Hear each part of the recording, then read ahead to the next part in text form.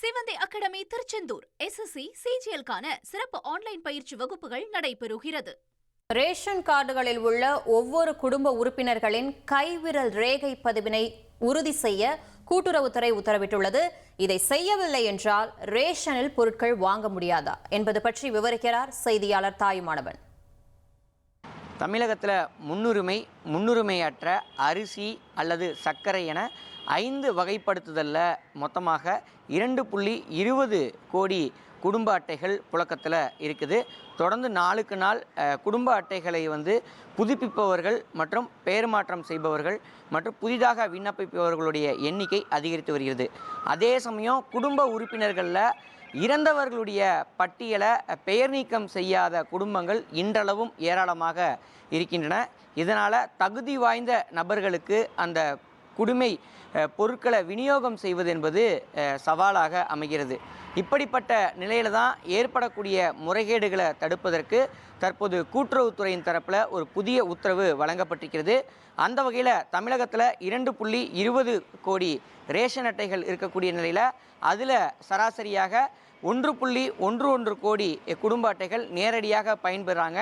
அப்படிப்பட்ட நிலையில் சம்பந்தப்பட்ட குடும்ப அட்டைதாரர்கள் நேரடியாக தங்களுடைய ஸ்மார்ட் அட்டைகளை எடுத்துக்கொண்டு தங்களுக்கு ஒதுக்கீடு செய்யப்படக்கூடிய நியாய விலைக் கடைக்கு நேரடியாக சென்று ஆதார் எண் மற்றும் கைரேகை சரிபார்ப்பை மேற்கொள்ள வேண்டும் என்ற ஒரு உத்தரவு என்பது வழங்கப்பட்டிருக்கிறது.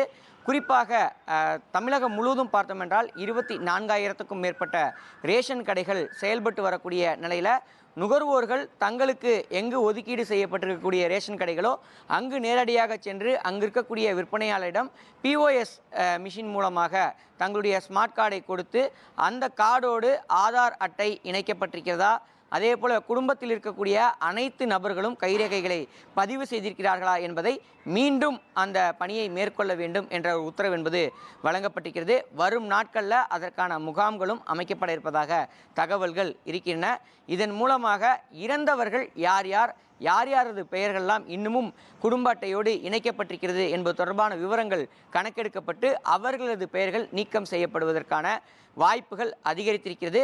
இதனால் முறைகேடாக அரிசி, பருப்பு உள்ளிட்ட பொருட்கள் முறைகேடாக கொடுக்கப்படுவது தவிர்க்கப்படும். அதே போல் கள்ளச்சந்தையில் விற்பனை செய்வதும் தடுக்கப்படும் என நுகர்வோர் வழங்கல் துறை தரப்பில் தகவலானது வெளியிடப்பட்டிருக்கிறது. இது மட்டும் இல்லாமல் இந்த பணிகளை தீவிரப்படுத்துமாறு சம்பந்தப்பட்ட அதிகாரிகளுக்கும் கடைதாரர்களுக்கும் தற்போது துறையின் தரப்பில் அறிவுறுத்தல் வழங்கப்பட்டிருக்கிறது. இதற்கான பணிகள் இன்னும் சில நாட்களில் மேற்கொள்ளப்பட இருப்பதாக தகவல்கள் இருக்கின்றன. எனவே வரும் நாட்களில் இந்த உணவுப் பொருள் வழங்கல் துறை மற்றும் கூட்டுறவுத்துறை தரப்பில் இருக்கக்கூடிய நியாய விலைக் கடைகளில் இந்த பணிகளை மேற்கொள்வதற்கு தீவிரம் காட்டுவதற்கான பணிகளை துறையின் தரப்பில் முன்னெடுக்கப்பட்டிருப்பது குறிப்பிடத்தக்கதாக பார்க்கப்படுகிறது. சிவந்தி அகாடமி திருச்செந்தூர் SSC CGL-க்கான சிறப்பு ஆன்லைன் பயிற்சி வகுப்புகள் நடைபெறுகிறது.